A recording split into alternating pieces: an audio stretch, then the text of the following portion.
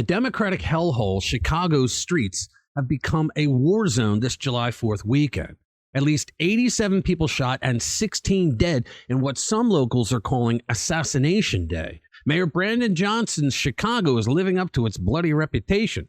So what's behind the surge in violence? Let's get into it. Hello, boys and girls, fellow patriots. It's your favorite truth teller here, ready to shed some light on the absolute chaos unfolding in the blue Democrat stronghold of Chicago. In Chi-Town, they prefer the sound of gunfire over a fireworks display on Independence Day. So picture this. It's the July 4th weekend, a time when most Americans are grilling hot dogs and waving flags. But in Chicago, they're dodging bullets like it's the newest Olympic sport. But Sunday morning, at least 87 people had been shot, with 16 of them biting the dust. And here's a little teaser for you. The bloodbath isn't over yet. Now, you might be thinking, wait a minute, Rich, didn't Chicago just get a new mayor? Well, you'd be right. We've gone from Lori Lightfoot's Chicago to Brandon Johnson's Chicago. But guess what? It's like watching a rerun of your favorite comedy show. Same plot, different actor. It turns out that when it comes to Democratic leadership, gender is about as relevant as a screen door in a submarine, right?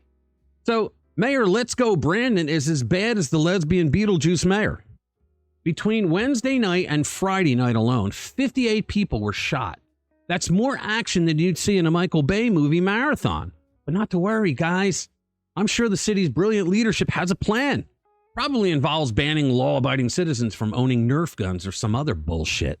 You know, this is a website called heyjackass.com. No, I'm not making this up. They've been tracking Chicago shootings since, like, what feels like the Stone Age. I can't wait to see their update after this weekend. It'll probably look like the high score board on an arcade. ABC7 and the Chicago Sun-Times reported that people on the streets of Chicago are literally calling July 4th Assassination Day. When your Independence Day celebration sounds more like the tagline for a bad action movie, you might have a little tiny problem on your hands. You think? So Democrats in their infinite wisdom love to call for gun control laws. Because obviously the solution to criminals not following the laws is more laws. It's like trying to put out a fire with gasoline, but I am just a humble news servant here.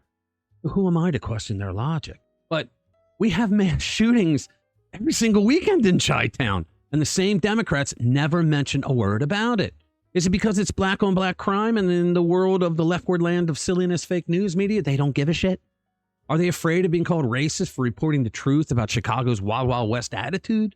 Here's a wild idea. Maybe, just maybe, instead of harming law-abiding gun owners with regulations that criminals laugh at, they could try something different. I don't know, perhaps actually addressing the root causes of violence? Like maybe a bad culture among the neighborhoods that harbor the shooters?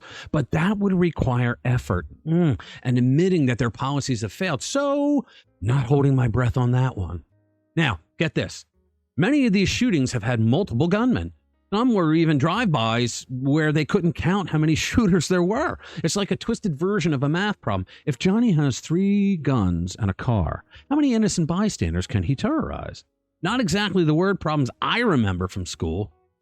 They're even calling some of these events mass shootings because apparently in Chicago, if you're not involved in a mass shooting, you're not really celebrating the 4th of July properly. It's tradition like fireworks and apple pie, right? But don't worry, folks.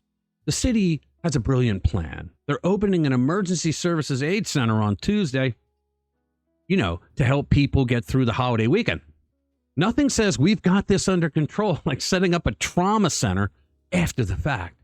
It's like installing airbags after you've crashed the car. Now, let me introduce you to a couple of local heroes. First up, we have Vaughn Bryan, head of the Metropolitan Peace Initiative.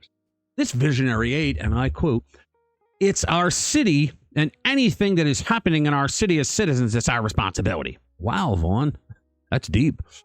Next, you'll be telling us that water is wet and the sky is blue. But wait, there's another piece of wisdom coming our way.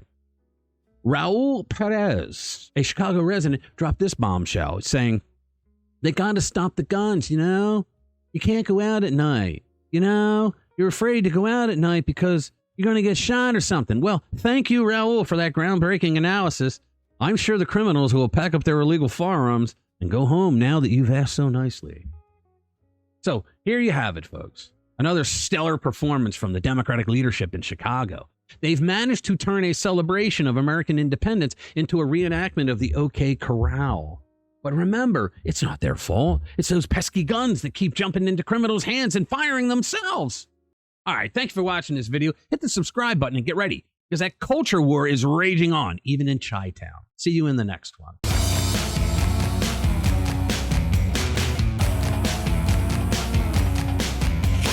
Laughed at the mall 'cause your mama forgot. I know it hurts. Rolling by the cool kids on the first day of school. I know it hurts.